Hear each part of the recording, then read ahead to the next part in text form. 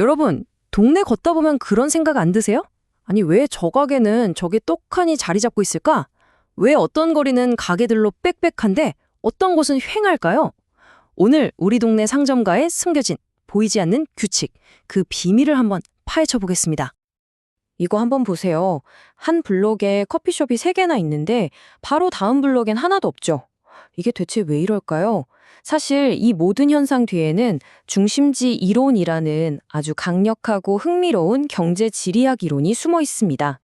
사실 이 복잡게 보이는 걸 이해하려면 딱 2가지 아주 간단한 규칙만 알면 됩니다. 바로 모든 가게의 운명을 결정하는 2가지 핵심 원칙이죠. 첫 번째가 바로 최소 요구치, 문턱이라고도 하는데요. 쉽게 말해서 가게가 망하지 않으려면 최소한 이 정도 손님은 와야 한다. 바로 그겁니다. 이게 안 되면 문 닫아야죠. 아주 기본적인 생존의 법칙이에요. 그리고 2번째는 재화의 도달거리예요. 여러분 생각해 보세요. 커피 사려고 1시간 운전해서 가진 않잖아요. 근데 좀 희귀한 병을 고치러 대학병원에 갈 땐 1시간도 더 가죠. 사람들이 어떤 물건이나 서비스를 위해 기꺼이 이동하려는 최대거리, 바로 그게 도달거리입니다. 진짜 재밌는 건 이 2가지 규칙이 만나서 모든 가게의 등급을 매긴다는 거예요. 편의점처럼 최소 요구치도 낮고 사람들도 멀리까지 안 가려는 저차 중심지가 있고요. 반대로 백화점처럼 엄청난 수의 고객이 필요하고 사람들이 기꺼이 멀리서도 찾아오는 고차 중심지가 생기는 거죠. 이게 다 이유가 있는 겁니다. 자, 그럼 상상력을 좀 발휘해 볼까요? 만약에 우리가 신이 돼서 딱 이 2가지 규칙만 가지고 가장 완벽하고 효율적인 도시를 만든다면 과연 어떤 모습일까요? 일단 원으로 한번 상점구역을 만들어 본다고 쳐요. 근데 문제가 생기죠. 원끼리 붙이면 겹치는 부분이 생겨서 낭비가 되고 그렇다고 틈을 두자니 조기 사는 사람들은 서비스를 못 받잖아요. 어떡하죠? 바로 이때 짜잔 하고 등장하는 게 육각형입니다. 빈틈 없이 겹치는 부분 없이 공간을 꽉 채울 수 있는 가장 완벽한 도형이거든요. 그래서 이 이론이 생각하는 이상적인 도시는 마치 벌집처럼 생긴 거죠. 기가 막히죠? 자, 이론은 알겠고 그럼 이걸로 실제로 써먹을 수 있을까요? 여기 약국을 하나 차린다고 가정하고 이게 과연 돈을 벌 수 있을지 한번 계산해 보죠.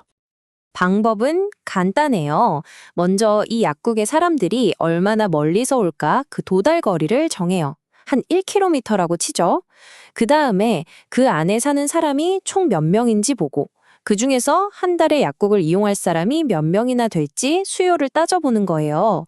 그래서 나온 숫자가 이 약국이 망하지 않을 최소 요구치보다 많으면 그럼 되는 거죠. 계산을 쭉 해보니까 한 달에 약 1,570명 정도가 올 수 있겠네요. 아까 이 약국이 버티려면 최소 1,200명은 필요하다고 했죠. 근데 예상 손님은 1,570명이네요. 와, 수요가 최소 요구치를 넘었으니까 이건 창업해도 되겠는데요? 합격입니다. 근데 현실은 항상 변수가 있죠. 자, 만약에 근처에 큰 길이 뻥 뚫려서 사람들이 길을 건너오기가 힘들어졌다고 생각해 보세요. 그래서 사람들이 기꺼이 오려는 거리가 딱 20% 줄어들면 어떻게 될까요?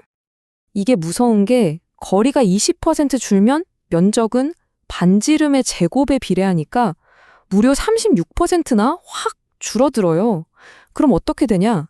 예상 손님이 1,005명으로 뚝 떨어집니다. 이제 최소 요구치인 1,200명보다 적어졌죠? 순식간에 망하는 가게가 되는 거예요. 네, 이론은 이렇게 깔끔한데 우리가 사는 현실 세계는 훨씬 복잡하고 지저분하잖아요. 과연 이 멋진 이론이 진짜 우리 도시에서도 통할까요? 바로 이 지점에서 이 이론이 왜 대단한지 알 수 있어요. 물론 현실의 모든 걸 다 설명해 주진 못해요. 산이나 강도 있고 지하철도 있고 요즘엔 인터넷 쇼핑도 하니까요. 하지만 편의점 체인 본사에서 다음 지점을 어디에 낼지 고민하거나 소방서나 학교를 어디에 지을지 계획할 때 이 중심지 이론은 정말 강력한 기본 틀이 되어줍니다. 서울 한번 볼까요? 우리 동네 편의점이 왜 걸어서 5분 거리에 있는지 이런 건 중심지 이론으로 설명이 잘 돼요. 하지만 도시를 가로지르는 한강이나 모든 노선이 만나는 거대한 환승역 같은 건 이 완벽한 육각형 모양을 완전히 깨버리죠. 더 큰 그림을 보려면 다른 이론이 필요한 거예요. 자, 그럼 이 모든 이야기의 결론은 뭘까요? 우리가 여기서 뭘 얻어갈 수 있을까요? 이 말을 기억하면 좋을 것 같아요. 육각형은 도구일 뿐 결정은 데이터와 현실이 한다.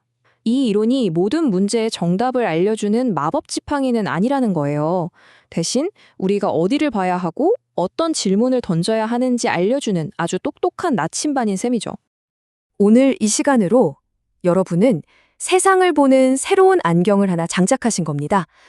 우리 동네, 우리 도시를 움직이는 보이지 않는 힘의 지도를 읽을 수 있는 안경이요. 이제부터 동네를 걸을 때 그냥 걷지 마시고 한번 관찰해 보세요. 저기엔 왜 저렇게 카페가 몰려 있지? 우리 동네엔 왜 서점이 하나도 없을까? 이런 것들이 눈에 들어오기 시작할 거예요. 여러분 눈에만 보이는 그 보이지 않는 도시의 논리를 한번 찾아보시는 건 어떨까요?